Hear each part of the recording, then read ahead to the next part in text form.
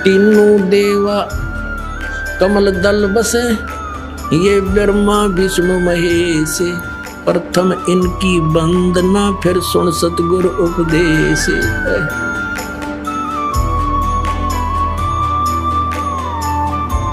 पुण्यात्मा, इस तत्व ज्ञान से परिचित होकर एक सिख बच्चे ने स्वयं ही अपने सदग्रंथों को खोजा। उसने खोजा तो ये था कि यदि ये सच्ची है कि कबीर परमेश्वर नानक साहिब जी को मिले हैं तो वो मंत्र वही होंगे जो हमारे गुरु जी दे रहे हैं।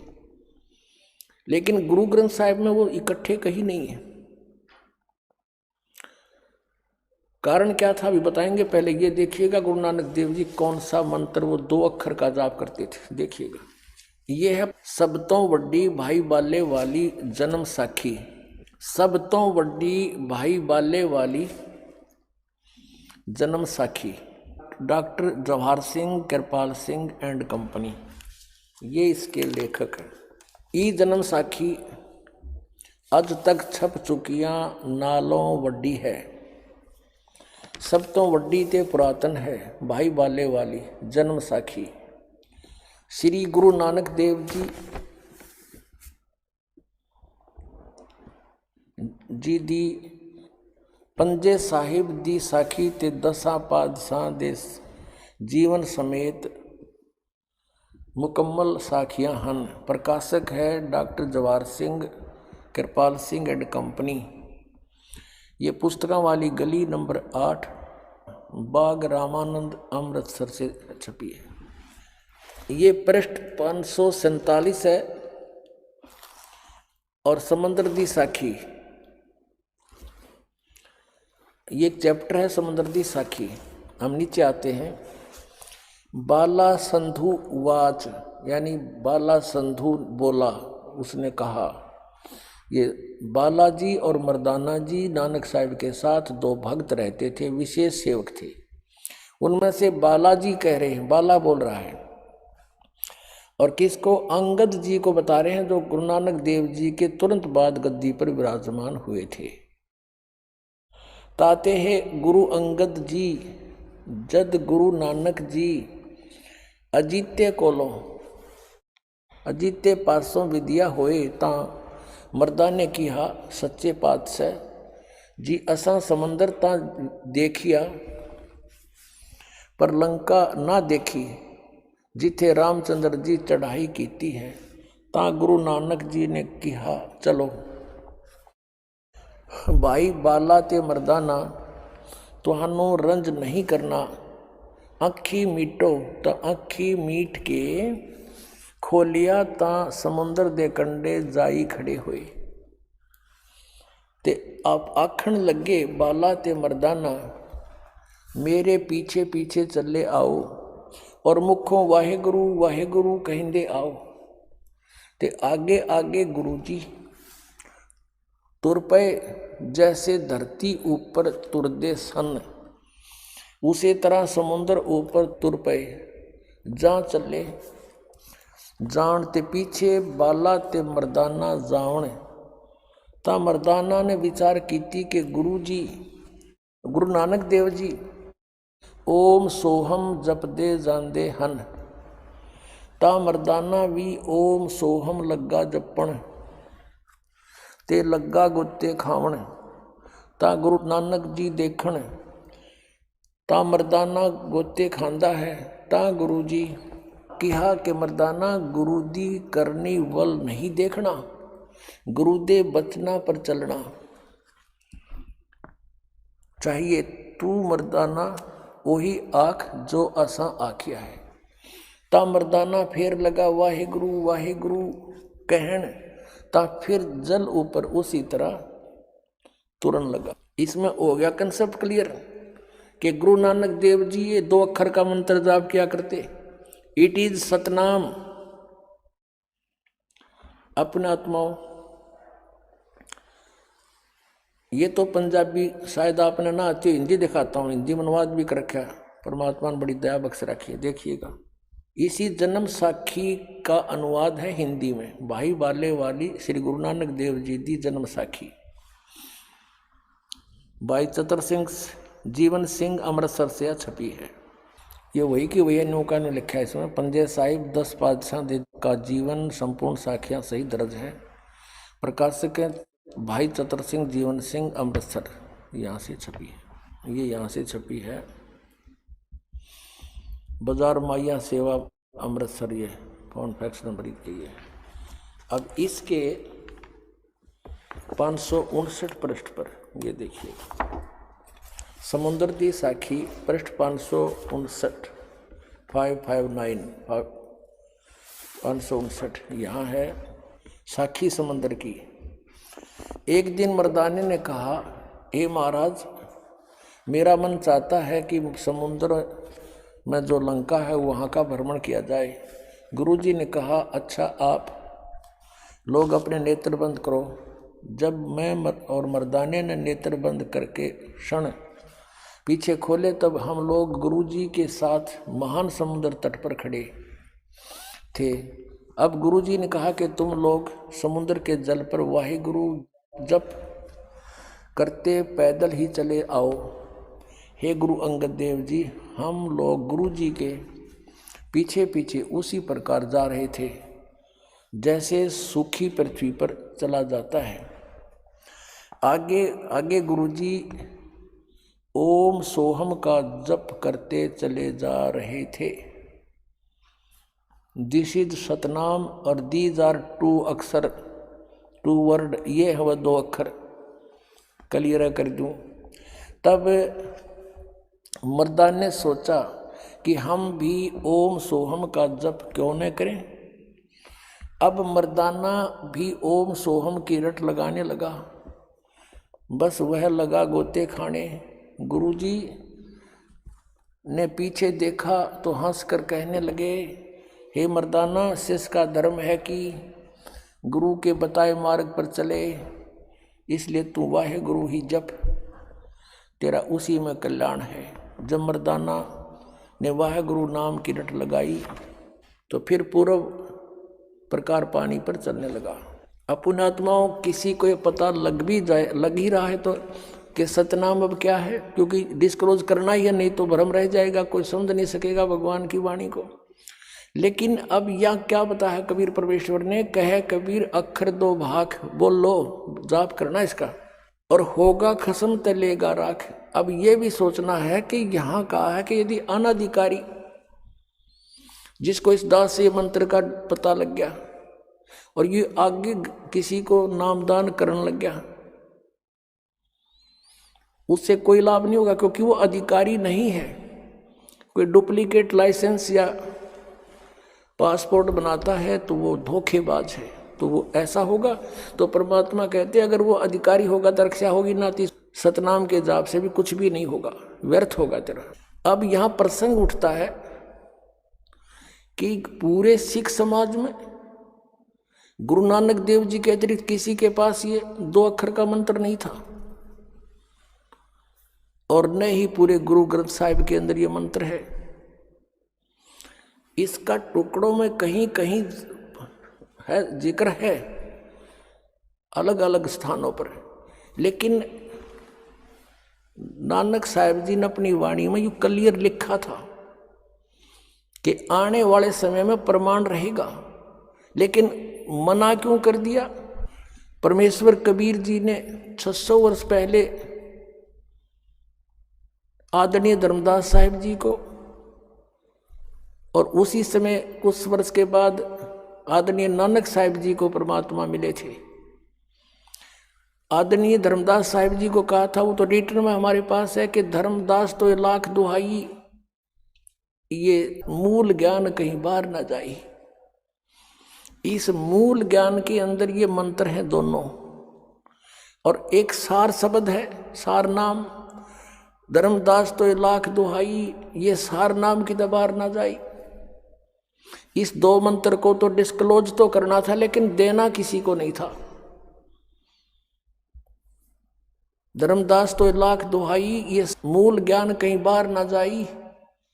मूल ज्ञान बार जो पढ़ी, बिचली पीढ़ी हंस नितर ही।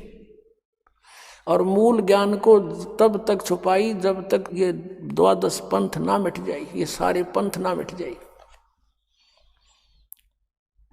अब कारण क्या था कि धर्मदास जी से कहा था परमात्मा ने, और जिन महापुरुषों को मिले आकर के उनको भी यही हिदायत दे दी थी कि ये मंत्र अभी किसी को देना नहीं है,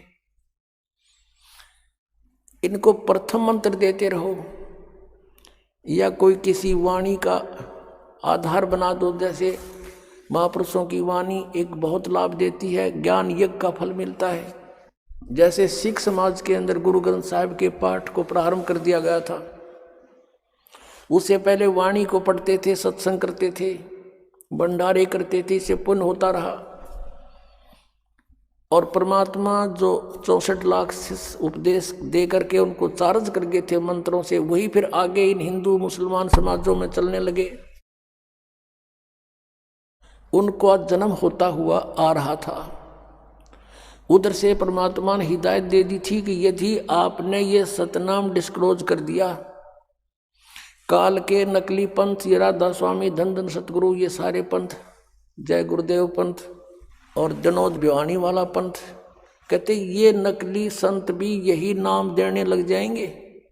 और फिर भेद कैसे करेंगे कि ये गलत है ये ठीक, क्योंकि ये अधिकारी तो है नहीं कि उनका गुरु नहीं स्टार्ट से। और गुरु बिन माला फेरते, गुरु बिन देते दान, गुरु बिन दोनों निष्फल है, चाहे पूछो वेद पुराण। तो परमात्मा ने ये कहा था कि फिर ये बात सारी उलझ जाएगी। और वो महापुरुष थे, दृढ़ भगत थे, जो कह दिया गुरुदेव ने फाइनल है। परमात्मा के आदेश का पालन किया उन्होंने। और नानक साहिब जी ने अपने खास से खास शिष्य को भी नहीं दिया, बाला और मर्दाना को भी नहीं दिया ये मंत्र, और कहा कि तुम वाहे गुरु सतनाम करते रहो। अब वाहे गुरु करते रहो और सतनाम करते रहो। अब सतनाम कौन सा था? ये 2 अक्षर का। एक प्राण संगली नामक एक छोटी सी पुस्तक है, वो पटियाला हाउस के अंदर विद्यमान है, हाथ से लिखी हुई, उसकी प्रिंटेड करवा रखी है। उसमें लिखा स्पेशल भूमिका में कि कुछ वाणी गुरु ग्रंथ साहिब के संग्रह करते समय रह गई थी और उनको अब लिपिबद्ध कराया गया है। ये पहला महला की वाणी, पहला महला माने गुरु नानक देव जी की वाणी है। अब पहले वो रह क्यों गई थी? क्योंकि सिख समाज में इस बात की दृढ़ धारणा होगी कि गुरु जी का आदेश है यो मंत्र जाप नहीं करना, और उन्होंने इसलिए गुरु ग्रंथ साहिब का संग्रह करते समय इन वाणियों को बाईपास कर दिया कि कहीं गुरु ग्रंथ साहिब में लिख दी जाए और ये पढ़ने लग जाएंगे गुरु के शक, तो गुरु की आज्ञा की अवहेलना होकर के पाप के भागी ना हो जा। वो गुरु ग्रंथ साहिब से निकाल दी। और प्राण संग इनको पढ़ता ही नहीं, वो तो एक अमृतवाणी होने के लिए सुरक्षित की गई है। इसके लिए भी परमात्मा ने रजा बख्शी के वो अलग से एक लिपिबद्ध करा के प्रमाणित करवा रखे, हमारे पास रखी हो प्राण संगली। उसमें स्पष्ट लिखे ये दोनों मंत्र गुरु नानक देव जी ने कि इसके बिना मोक्ष नहीं हो सकता। और फिर सार नाम है, वो अलग मंत्र है, उसका जिक्र भी नहीं है किसी में। तो कहने का भाव ये था कि पूरे सिख समाज में ये वास्तविक मंत्र नहीं। यदि गुरु ग्रंथ साहिब में होता तो ये नकली पंथ वहीं से निकले हैं। गुरु ग्रंथ साहिब की वाणी पढ़ गए शिवदयाल जी, और ये भी ये मंत्र देते पाते, फिर आज कैसे डिफ्रेंशिएट करते कि ये अधिकारी नहीं है। और देख काल न किसा सांग जोड़ दिया, करोड़ों इकट्ठे कर दिए वहां पर बौड़ी भाली आत्माएं। अब आपने इस बात को गहराई से सोचना है। अब ये तो कंसेप्ट क्लियर हो गया कि गुरु नानक देव जी उस 2 अक्षर के नाम का जाप कराया करते। अरे ये नकली कहें, ये तो वहां बोलोगे बोलो पर ब्रह्म मेरे पास बुक्की में प्रवेश करके उस शिवदयाल जी ने मिल गया। इन 500 नाम काल के जानो, जब दानी मन शंका आनो। अब जिसको ये मानते हैं कि श्री शिवदयाल जी के घर पे तुलसीदास आथरस वाले की वाणी वो सत्संग होया करते, और इन्होंने भी उसका बहुत संग किया है। इनके माता पिता जी उनके शिष्य थे। किसके? शिवदयाल जी के माता पिता तुलसीदास आथरस वाले संत के शिष्य थे। अब वो कह रहा है अपनी घट रामायण में कि 500 नाम काल के जानो, आदि नाम और सतनाम वो अलग मंत्र हैं। देखिएगा, तो धर्मदास जी से कह दिया था कि धर्मदास तो लाख दोहाई, ये मूल नाम मूल ज्ञान सार नाम की तबार न जाई। और नानक साहिब जी और इन सब महापुरुषों ने उसका दृढ़ता से पालन किया, इसलिए ये अभी तक इन काल के पंथा के हाथ नहीं लगा। ये न कहूँ 2 अक्षर तो वहाँ मिलेंगे पार ब्रह्म में, अंदर जाके मरे पाछे मिलेंगे। अब घट रामायण में देखो, तुलसी साहब हाथरस वाले की ये वेल्डियर प्रिंटिंग प्रेस वर्क्स इलाहाबाद से छपी है, भाग 1 है ये। अब हम इसके 27 पृष्ठ पर आते हैं। भेद पिंड और ब्रह्मांड का ये 27 पृष्ठ है। अंतर गुफा तहाँ चल जाऊं, तहाँ साहिब के दर्शन पाऊं। 500 नाम जीव जब बाखा, 6वां नाम गुप्त कर रखा। ये 6ठा नाम एक और है कि तो गुप्त रखा। 500 नाम काल के जानो, ओंकार रंकार ज्योत निरंजन, ये कहते सब सतनाम आदि ये काल के नाम है। तब दानी मन शंका आनो, निर्गुण निराकार निर्वाणी धर्मराय यो 5 बखानी। जीव नाम निज कह विचारी, जान बूझ दानी झखमारी।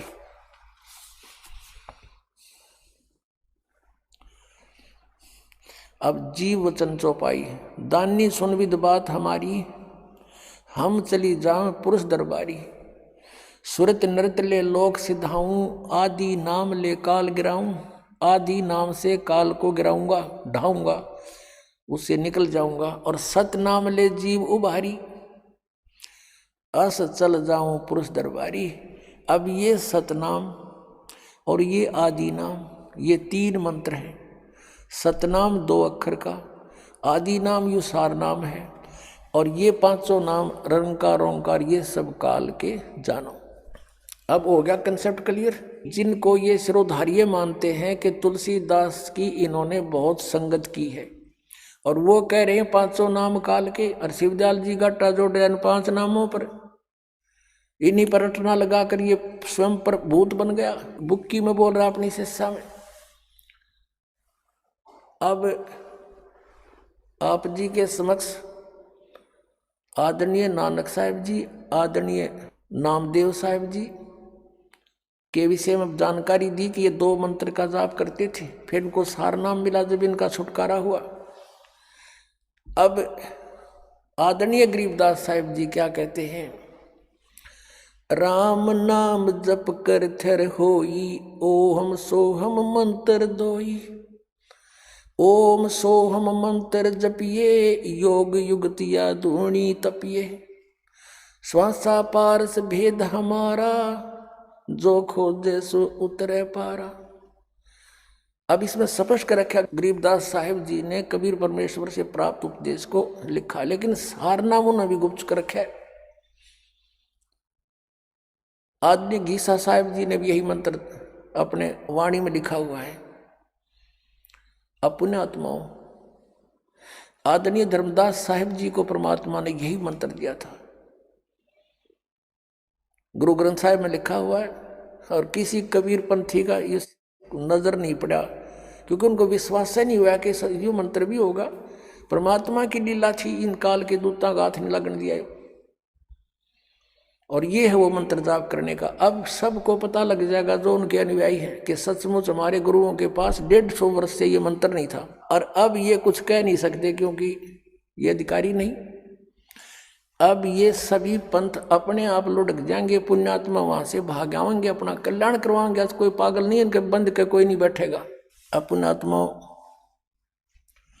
आप जी को सुबह भी एक रहस्य उद्घाटन किया था, अब फिर करते हैं थोड़ा, क्योंकि परमात्मा की दया होगी आपके ऊपर ही, विश्वास दृढ़ हो जाएगा। मथुरा के अंदर एक जय गुरुदेव पंथ है, और उनके वर्तमान में जो उसके प्रवर्तक भी माने जाते हैं वो श्री तुलसीदास साहिब जी, जो वर्तमान में उसके गद्दी पर बैठे हैं, प्रधान हैं।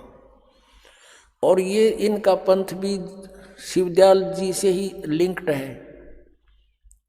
शिवदयाल जी से यानी आगरा से ही आए हैं। गोरेलाल जी इनके गुरुजी थे, किसके, इस जय गुरुदेव पंथ के मुखिया के, तुलसी साहिब जी के।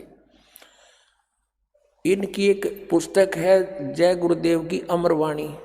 जैसे आज दिन में भी दास ने बताया था कि ये पुण्यात्मा थे, पिछले संस्कारी थे, आगे इनको कोई संत ठीक मिला नहीं। ये पूर्व जन्म के संस्कारों से इनके वचनों में भी शक्ति होती है, छोटे मोटा लाभ भी कर सकते हैं, ये भूत भविष्य का कुछ जानकारी भी दे सकते हैं। एज ए भविष्य वक्ता भी इनकी बुद्धि काम कर जाती है। तो इन्होंने एक भविष्यवाणी की है सन 1971 में, वो पढ़ कर सुनाते हैं इन्हीं की पुस्तक में। देखिएगा, जय गुरुदेव की अमरवाणी भाग 2। ये कहाँ से छपी है? ये है ये महात्मा बाबा जय गुरुदेव जी महाराज। इनका असली नाम है परम संत तुलसीदास जी महाराज। विश्व को शांति अब इन्हीं से मिलेगी। ये इनके सेवक लिख रहे हैं इनके बारे में। यहाँ देखिएगा, जय गुरुदेव की अमरवाणी सहकारी सदाचारी बाल संघ से संकलित, प्रकाशक दिव्या शर्मा, 88 साकेत कॉलोनी, मथुरा, उत्तर प्रदेश से। ये मुद्रक है अर्जेंट प्रिंटर्स, पुराना बस स्टैंड, मथुरा, उत्तर प्रदेश। इसकी पृष्ठ नंबर हम आपको 50 पर ले चलते हैं। ये 50 नंबर पृष्ठ है। यहाँ देखिएगा, सहकारी पत्रिका के 7 सितंबर 1971 में इन्होंने अपनी स्टेटमेंट दी है, यानी प्रवचन किए 7 सितंबर 1971 को। किसने? जय गुरुदेव वाले तुलसीदास ने। यहाँ लिखा है, हम थोड़ा सा पढ़ेंगे। वह अवतार जिसकी लोग प्रतीक्षा कर रहे हैं वह 20 वर्ष का हो चुका है। दास का जन्म 8 सितंबर 1951 को हुआ था। मुझ दास का जन्म तो 7 सितंबर 1971 को दास पूरा 20 वर्ष का हो गया। 8 सितंबर को 21वां वर्ष लग गया। अब ये क्या कहता है कि वह अवतार जिसकी लोग प्रतीक्षा कर रहे हैं वह 20 वर्ष का हो चुका है। यदि उसका पता बता दूं, 1971 में कह रहा है कि आज जब मैं उसका पता बता दूं तो लोग पीछे पड़ जाएंगे। अभी ऊपर से आदेश बताने के लिए नहीं हो रहा है। मैं समय का इंतजार कर रहा हूं और सभी महात्माओं ने समय का इंतजार किया है। समय आते ही सबको सब कुछ मालूम हो जाएगा। 7 सितंबर 1971 को ये स्टेटमेंट है। अब इसी के 59 पृष्ठ पर चलते हैं। 59 पृष्ठ पर ये 28 अगस्त 1971 की स्टेटमेंट है सहकारी पत्रिका में। यहाँ कहते हैं, वह महापुरुष का जन्म भारत के वर्ष के एक छोटे से गांव में हो चुका है और वह व्यक्ति मानव इतिहास का सबसे महत्वपूर्ण व्यक्ति बनेगा।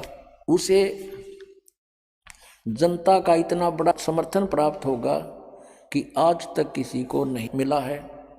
वह महापुरुष नए सिरे से विधान बनाएगा और वह विश्व के संपूर्ण देशों पर लागू होगा। उसका एक झंडा होगा, उसकी एक भाषा होगी। अपनात्माओं, इस दास के अतिरिक्त यदि ये भविष्यवाणी किसी और पर फिट हो जाए तो दास ने बता दियो, मैं भी थारे साथ वहीं चल पड़ूंगा और तुम भी सारा वहीं ले चलूंगा। भाई ठीक है, अपना कल्याण करवाना है, कितने हो जाओ हमारा। ये ज्ञान और ये समाधान इस 21 ब्रह्मांड में अपने मिल जा और ये सारे भविष्य वक्ताओं की वाणी फिट हो जा तो दास भी उसके समर्पित हो जाएगा। दास की प्रार्थना है कि समय खोने का नहीं है। इतने प्रमाण दे रखे परमात्मा ने और फिर भी इनकी आंख नहीं खुलती तो भाई घनी बांग पी रखी है काल के कुएं की। अपनात्माओं, यदि इस तुलसी साहेब जी, तुलसीदास जी जो जय गुरुदेव के पंथ के मुखिया हैं, इनकी उस समय 1971 में दिव्यदृष्टि काम कराई थी, इनकी बैटरी चार्ज थी और अब ये फ्यूज होगी क्योंकि इनकी कमाई खत्म होगी। किसी का आशीर्वाद देकर इतने जीवों को बांट दिया, अपनी जितना चौनी ले रहे थे वह खत्म करी। यदि आज इनकी दिव्यदृष्टि काम करती है, कर रही है, तो ये बता देना चाहिए कि वो संत ये है। सब इतिहास आपके सामने रख दिया और वो समय दूर नहीं, क्योंकि 600 वर्ष पहले परमात्मा ने कहा था कि धर्मदास कहते हैं कलयुग बीते 5500 पाचा और तब मेरा वचन होगा साचा। अब 5505 वर्ष कलयुग बीत चुका है, अब उससे आगे चल पड़े, क्योंकि सन 2001 में 5505 हो जाते हैं। और उस समय से ही ये हमारी जो 2001 में दास ने सब सदग्रंथों के अंदर परमात्मा की महिमा को ढूंढा, खोजा और आपके रूबरू करा दिया। और फिर कहा कि पूरे विश्व में धर्मदास एक कबीर परमेश्वर ही रहेगा और पूरे विश्व में शांति छावेगी। इस माया की दौड़ खत्म हो जाएगी, क्योंकि एक ऐसा विधान बनेगा, वो वैसे किसी पर कोई थोपा नहीं जाएगा, ज्ञान से आपको समझ में आएगा कि हम किस लिए सारा जीवन व्यर्थ करते हैं कोठी महल बनाने में। 26 जनवरी सन 2000 को भारतवर्ष गणतंत्र दिवस मनाने की तैयारी कर रहा था। गुजरात के अंदर इतना भयंकर भूकंप आया कि जिन मकानों को बनाने में सारा जीवन व्यर्थ कर दिया था लोगों ने, व्यक्तियों ने 2-2, 3-3 मंजिल के बना रखी थी कोठियाँ, वो सारी की सारी गिर गई। और सभी अपने घरों में बैठे अपने टेलीविजनों पर गणतंत्र दिवस को देखने की तैयारी कर रहे थे। 8 बजे भूकंप आ गया और उसी के नीचे दब कर मर गए। कई दिन भुगत कर मरे हैं, कुछ निकाल भी नहीं पाए उनको। फिर हम अपनी अज्ञानता के कारण विवाह शादियों में बेमतलब का खर्चा करते हैं, जो हमारे लिए एक बहुत बड़ी समस्या पैदा होगी है। फिर हमने ये भी पता चलेगा कि हम किसी से पैसा ऋण लेंगे तो हमें आगे देना पड़ेगा। तुमने उस दरगाह का मैल नहीं देखा, धर्मराज के तिल का लेखा। तो हम यहाँ से ऋण मुक्त होने के लिए प्रयत्न करेंगे, किसी का कर्जा नहीं चढ़ाओगे। एक तो अनजानपने में बिना ज्ञान के रिश्वत भी लेते हैं, मिलावट भी कर देते हैं और दहेज के ऊपर भी मुंह धोकर बैठ जाते हैं, मेरे पुत्र वधू घना धन लावेगी, अन्योना विरग गदा बनेगा फिर इनका अगले जन्म में। तो पता जब हमें ज्ञान होगा तो परमात्मा कहते हैं जैसे कर का जहर का रंग हो रही हो और कहो तो कौन तीस खावे राम रंग हो रही हो। अब एक कण पड़ा हो विष का और आपको पता है ये विष है, आप छू कर दिखा देना। तो अभी अनजान बच्चे हो आप, इस आध्यात्मिक ज्ञान ना होने से, जैसे एक अबोध बालक सर्प की दूम पकड़ लेता है और उसको डस देता है और मर जाता है। अनजान बच्चा बिजली की स्पार्किंग हो रही है, तार टूटा पड़ा गिरा पड़ा है, उसको छू लेता आतिशबाजी समझकर और मर जाता है। तो ऐसे जब वो बच्चा बड़ा हो जाता है, दूसरों को भी सतर्क करता है कि देखो तार टूटा पड़ा है, इसमें बिजली है, दूर हो जाओ दूर हो जाओ। और ऐसे ही सर्प दिखाई देगा, आप भी दूर भागेगा, औरों को भी कहेगा इधर मत जाना, वहाँ काला सर्प है, भयंकर सर्प है। तो पुण्यात्माओं, जब हम इस तत्व ज्ञान से परिचित होंगे, ये रिश्वत लेना और ये हाहाकार मचा रखी लोट कसोट मंत्रियां तई के ऊपर ब्लेम लगे और जजों तई के ऊपर ब्लेम लगते हैं कि ये भी करप्ट हो गए, तो कहाँ जाएगी ये जनता? बिना ज्ञान के विष खा रहे हैं। परमात्मा कहते हैं जैसे कर का जहर का रंग हो रही हो, कहो तो कौन तिस खावे राम रंग हो रही हो। ये विष दिखाई देगा, जहर दिखाई देगा और फिर खा के दिखाइए उसको, छुआ भी नहीं इंसान, और फिर भगवान देगा आपको। ये वो समर्थ है, आपके घर भर देगा माया से, जब यदि आप सीधी नीत से और सच्चे मन से समर्पित होकर के अनुपासना त्याग कर मर्यादा में रहकर भक्ति करके देखो, सारे दुख दूर होंगे। जो लाखों रुपए में रोग ठीक नहीं होना या फ्री में होगा आपको, तो बच गए लाख रुपए। फिर उसी में से आपने सोचोगे ले 10 रुपये दान भी करें, तो ऐसे उभारा होगा, आपका कल्याण होगा। अब इसने लिखा है कि सन 1954 से सत्संग करते हुए आ रहे हैं। ये कौन? जय गुरुदेव के पंथ के प्रवर्तक श्री तुलसीदास जी। अब इन्होंने पाया क्या? समाधि लाने की चेष्टा की, जैसा गुरुजी ने बता रखा था। जैसा इनके शिवदयाल जी हठ करते थे ऐसा ये करें फिर। अब ये कंडम हो गए हठियो करते करते, इन कोई और उठा के धरे है, हाथ पैर गड़ गए हैं और क्योंकि ये पुण्यात्मा थी, जैसा उस नकली गुरु ने बताया ये उसी तरह समर्पित हो गए। अब ये अपना अनुभव लिखते हैं, न के देखा ऊपर भगवान की सा है, दिखाते हैं। परमार्थी वचन संग्रह परम पूज्य स्वामी जी महाराज परम संत स्वामी तुलसीदास जी रचित 9 पुस्तकों का संग्रह सजलिद जल्द कर रखी। इसकी प्रकाशक हैं व्यवस्थापक अमर संदेश 23 पांडे बाजार आजमगढ़ से। ये है जय गुरुदेव जी के हैं, न तुलसीदास जी हैं, और ये इनके गुरु जी हैं गोरेलाल जी।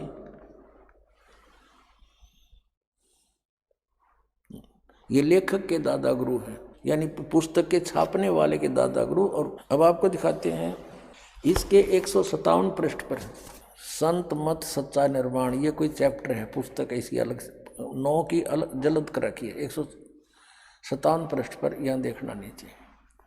प्रश्न ईश्वर किसे कहते हैं? जो एक है, अद्वितीय है, जो न बाल न युवा है, न वृद्ध है, न स्त्री है, न पुरुष है, न नपुंसक है, न गर्भ में आकर जन्म लेता है, न मृत्यु को प्राप्त होता है। जैसे जैसे यहाँ देखो, अनाम है, अरूप है। अरूप माने निराकार है, उसका कोई रूप नहीं है। और तो ये दुख में मारो सट्टे। फिर आगे देखो, फिर इसके आगे क्या लिखते हैं ये 242 पृष्ठ पर आपको ले चलते हैं। अब 241 पर क्या लिखा है? ज्ञान रसीम चैप्टर है कोई इनका। अब सतपुरुष की महिमा बतावें कि मैंने अनुभव किया, सतपुरुष देखा। सतपुरुष से तमाम धनी आत्माएं पैदा हुई हैं। आगे चलो, अब ये क्या बताता है? इस देश से निकलने के बाद वापस घर में आए हो और स्पष्ट होता है कि यह सच्चा घर है। इस महान प्रकाशवान स्वरूप की मूर्ति विचित्र आदमी या बड़े से बड़े पुरुष की प्रतीत होती है। एक बहुत अद्भुत सुंदरी के साथ महान सिंहासन पर विराजमान है। पूर्ण पुरुष में से ये महान सुरीली राग निकल रही है। अब यूँ किए गए है कि मैंने जो ऊपर देखा हो भगवान एक सुंदरी एक औरत के साथ बैठा है सिंहासन पर,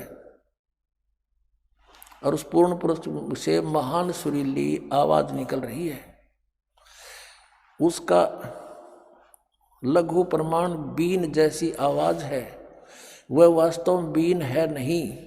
इस मालिक की महिमा कथन में नहीं आ सकती, अकथनीय है। अब सतपुरुष सतलोक में अकेले हैं, और किसी भी संत की वाणी देख लो, उनके साथ कोई स्त्री का लिंक नहीं है। इनकी जो समाधि होकर के चेष्टा इन्होंने की, ये इस काल के ब्रह्मांड को भी पार नहीं कर सके। इसी में कोई लोक लाख इधर देख ली, कोई कितने देवता हैं, इंद्र भी अपनी पत्नी के साथ बैठा रहता है, वहाँ भी मुरली बजे हैं। काल ने सतलोक की नकल इस काल लोक में कर रखी है। इनका और अनुभव दिखाता हूँ आपको। ये देखिएगा, वही पुस्तक वही चल रही है, ये ज्ञान रसीम 244 पृष्ठ पे। यहाँ क्या है? सबका कारण और करने वाला तथा सबसे अलग रहने वाला वही अविनाशी सतपुरुष है जो सतलोक में है।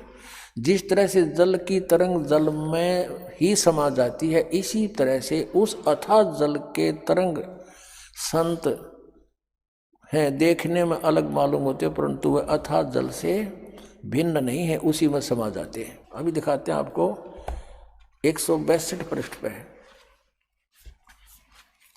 इसका अनुभव दिखाते हैं महापुरुष का।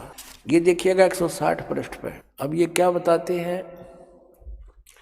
प्रश्न किया किसी ने कि 7 रंग होते हैं। अब बंगी कहीं भी सड़क पर झाड़ता नजर नहीं आता है, मनमूत्र से भरी नालियां मोरियां भी नजर नहीं आती। ये इस किसी भी लोक में यहाँ चले जाइए, आपकी कभी दृष्टि खुल जाए तो शिवलोक में, विष्णु लोक में, ये वहीं पर है ऐसे नज़ारे। इस इंद्र के लोक में स्वर्ण और मणियों के जुड़े हुए नाना प्रकार के महल दिखाई पड़ते हैं, नाना रंग की कारीगरियों से ये बने हुए हैं। यहाँ देख रहा हूँ। अब ये 163 पर कहते हैं, यह दृश्य बड़ा ही अनोखा है। कभी कभी सुंदर से बाग नजर आते हैं। जैसे ब्रह्मा जी को दुर्गा ने ऊपर भेजा था, वो भी कहता वहाँ बड़े बड़े सुंदर बाग हैं, मनोहर मंदिर हैं, बड़े रत्नों जड़े हुए हीरे, एवढे वहीं भटक रही थी इनकी आत्मा।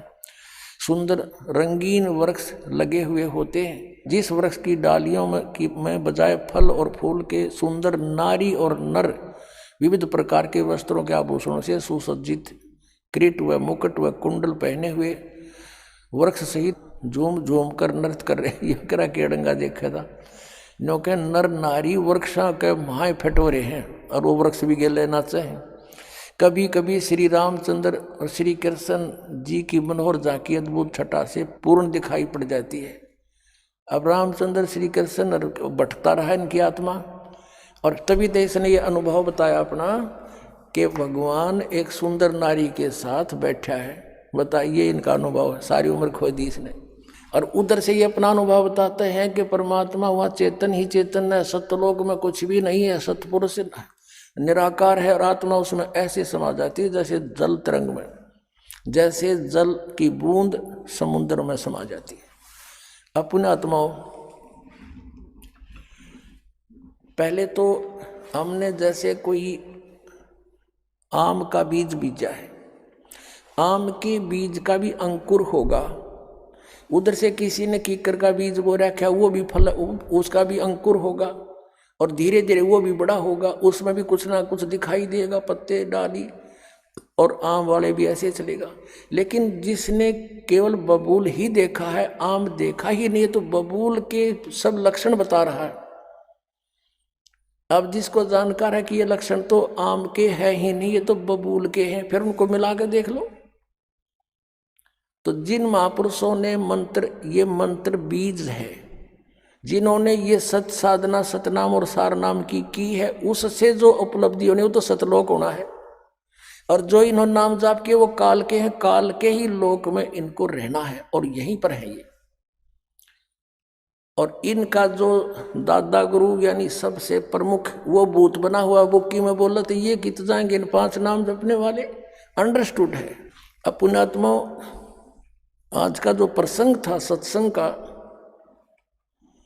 कि शास्त्र विधि को त्याग कर जो मनमाना आचरण करते हैं उनको न तो कोई सुख हो, न उनकी कोई सिद्धि प्राप्ति हो, न उनकी गति हो, यूजलेस। तो शास्त्र विधि अनुसार कौन से मंत्र हैं? पहले तो आपको जो प्रथम मंत्र दिया जाता है वो 7 नाम का है। पुण्यात्माओं, हमारे चारों वेद, पवित्र गीता,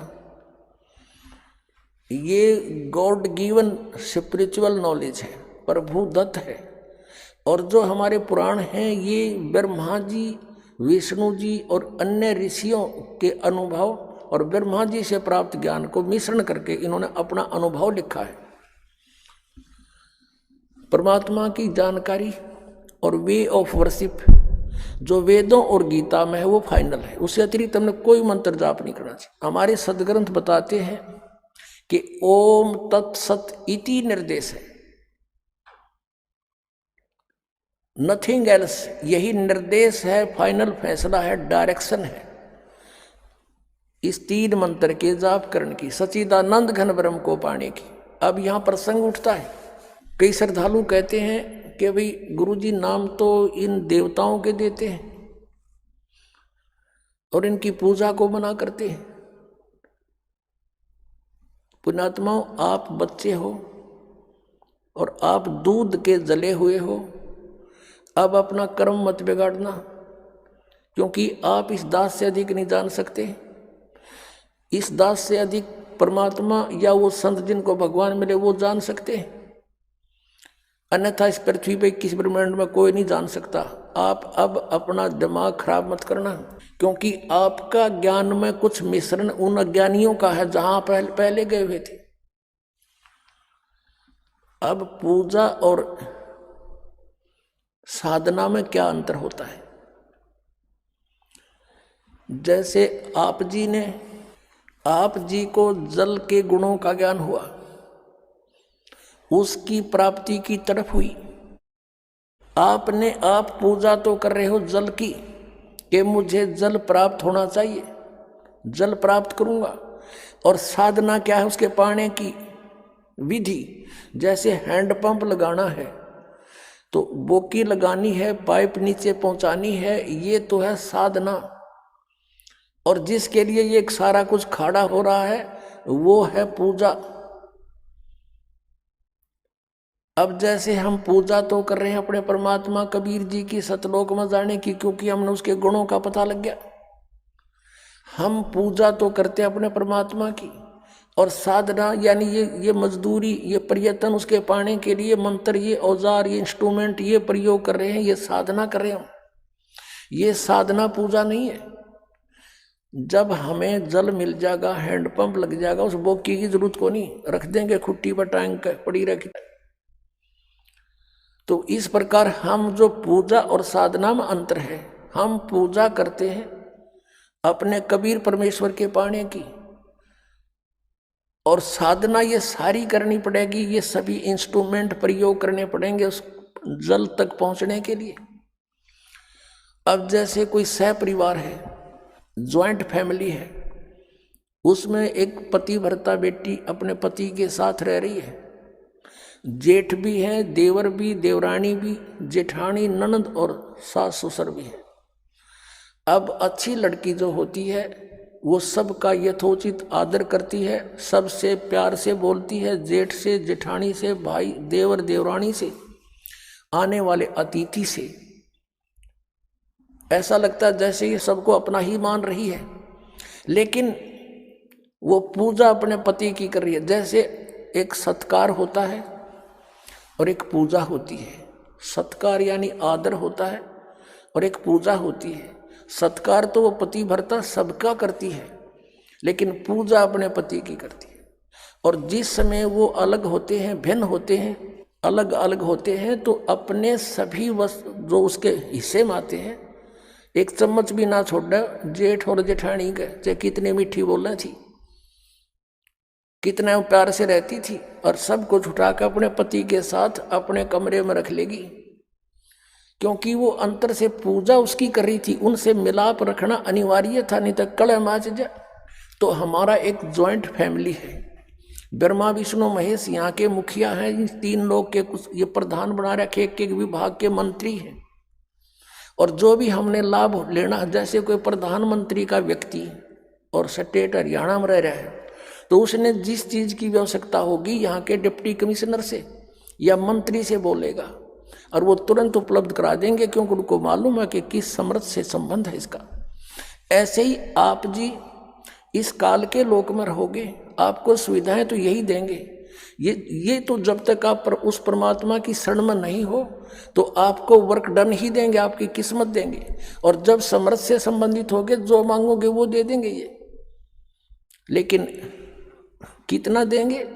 परमात्मा के आदेश से, यानी आपके शुभ संस्कार बनेंगे, उन संस्कार के आधार से आपको फिर ये वो धन देंगे यही। जैसे आप जी ने उल्टा लटका हुआ संसार रूपी पेड़ के विषय में जाना, और जैसे हम कोई आम का पौधा जमीन में बोएंगे तो जड़ की तरफ से जमीन में दबाया जाता है एक गड्ढा बना के, तो पूजा करेंगे जड़ की।